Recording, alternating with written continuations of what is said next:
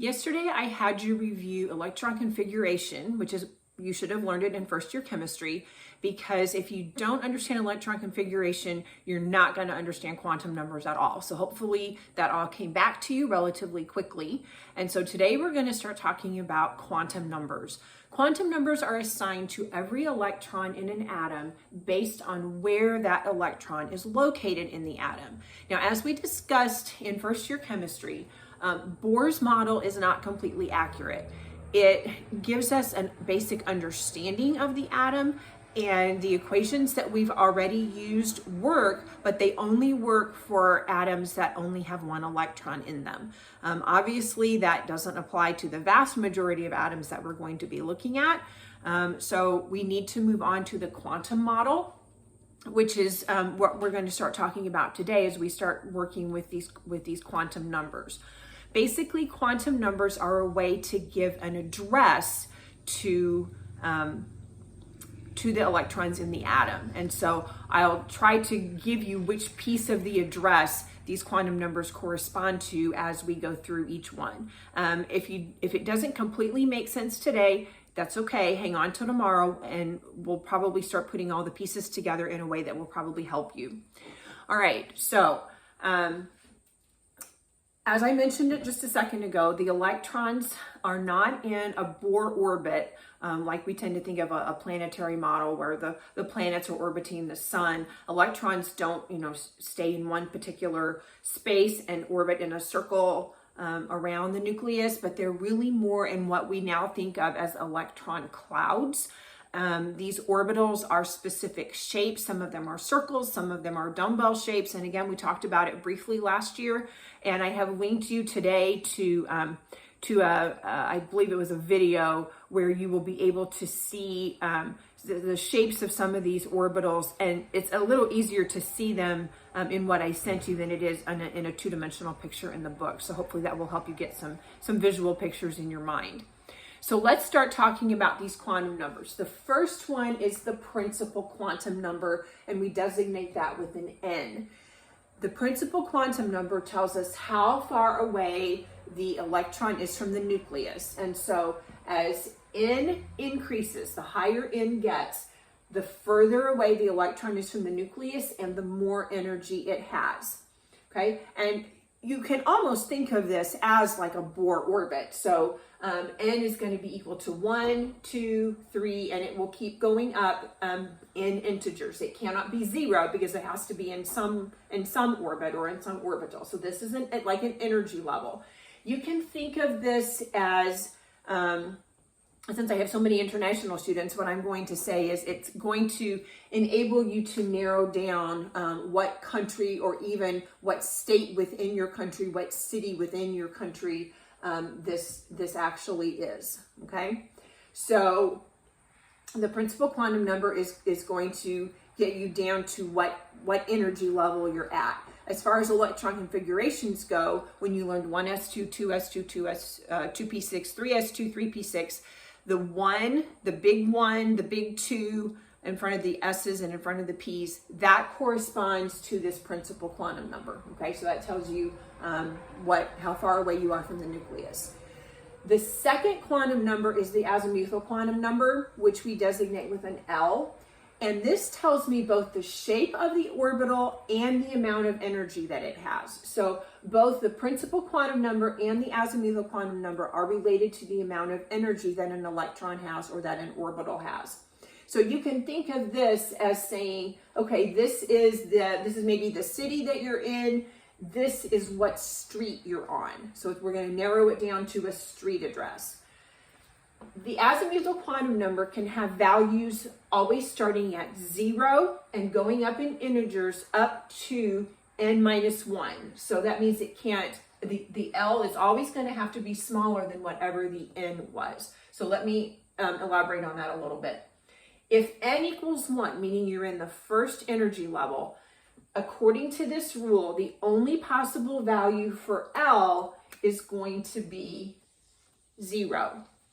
And this is what corresponds to the s orbital that you learned in your electron configurations. Remember that the left-hand side of the periodic table was that s block, And so that's where the azimuthal quantum number L is going to be equal to 0. So that's always an s orbital. If n is equal to 2, so up at the second energy level, the further away you get from the nucleus, the more space you have. And so if n equals 2, I have two possibilities for L. It can be 0, or L can also be equal to 1. And just like up here, just like L here, I spelled that wrong, orbital. The s orbital is what you have when L is equal to 0, and you're going to have p orbitals when L is equal to 1. And so if you recall your electron configuration, 1s2, the only thing you had at energy level 1 was an s orbital. When you got to the second row, you had 2s2, 2p6. And so you've got your s orbitals and you've got your p orbitals at the second energy level. Okay? Then when you get down to n equals 3, L can equal 0, L can equal 1, or L can equal 2. But it can't equal 3 because it has to always be n minus 1. So again, in the third energy level, if L equals 0, that's going to be an s orbital. If L equals 1, that's going to be a p orbital, just like it was up here. But now when we get to the third energy level, we can actually add the d orbitals to that. Okay?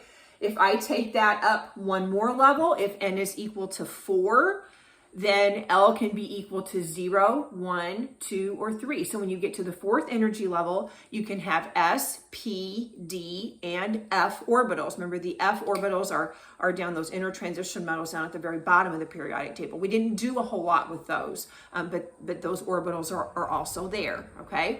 So here I've got my country or my city. Here I've got my street address. Now, when I get to here, I'm like, okay, well, at that particular address, there's this huge apartment building. Which apartment are you in? And that's what the magnetic quantum number tells us. It's almost like, which apartment are you in this big apartment building? The third quantum number is the magnetic quantum number, and it's designated by an M with a subscript of the same L that was over here, this little cursive L. And it gives me details of orbital shape and how it's oriented in space. So let's again go through some examples here. If L is equal to 0, remember that is an s orbital. Oh, I forgot to write what this could possibly be. So M sub L can be anything from a negative L to a positive L, but they have to be in integers, okay? So I forgot to get that up there. So let's again do some examples. So if L equals 0, we already know that if L equals 0, I'm always talking about an s orbital. If L equals 0, I can't have a positive or a negative 0. It can only be 0. So if L is 0, then that means M sub L is also equal to 0. And that would make sense because the s orbital is spherical, and you can't do anything with the sphere. If you turn it or rotate it or flip it upside down, it still looks the same. So there's no difference here in an s orbital. But when I get up to L equals 1, which is where I have a p orbital, I now have three possibilities for M sub L. It can either be a positive 1, M sub L could be a 0, or M sub L could be a negative 1. And if you recall, again, from your first year class, we're talking about the p orbital, and that p orbital looks kind of like a dumbbell. Okay? The s orbital looks more like a circle, but the p orbital looks more like a dumbbell. And so I can take that dumbbell, and if you think about a three-dimensional axis, I can orient it along the x-axis and have it going horizontally. I can orient it along the y-axis and have it going vertically. I can also orient it along the z-axis and having it come out towards you or away from you, okay? So three different orientations for a p orbital.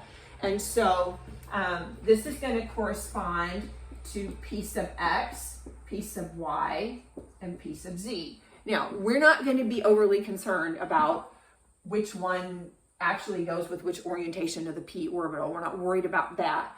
But what I do want you to understand is that the fact that L equals 1 gives me 3 possibilities for m sub L, which means that I have 3 orientations for a p orbital, and there are actually 3 different p orbitals, okay? If L equals 2, that means that I'm going to have an m sub L of, it could be +2, +1, 0, -1, or -2. And we already know that L equals 2 corresponds to d orbitals. These come in a number of different shapes, and they just get more and more complex to try to draw them, so I'm not going to try. But you can see that because L equals 2, I have 5 possibilities for how those d orbitals might have a particular shape or a particular orientation in space. So there's only 1 s orbital on each level, but there are 3 p orbitals and there are 5 d orbitals at each level. Okay, you can take that up to the next level as well and talk about how many f orbitals there would possibly be and what that would look like. Okay, so if this is maybe the city you're in, this is the street that you're on, this is your apartment number, then we get down to, well, there's more than one of you in that apartment. Which one are you? Are you the one who stays in the front bedroom, or are you the one who stays in the back bedroom? And so that's kind of what this quantum number it tells us. It tells us, well, I'm in the front bedroom, or I'm the guy in the back bedroom. That's which electron I'm in the atom. And the only 2 possibilities for the spin quantum number, which is m sub s, it can either be a +1/2 or it can be a -1/2.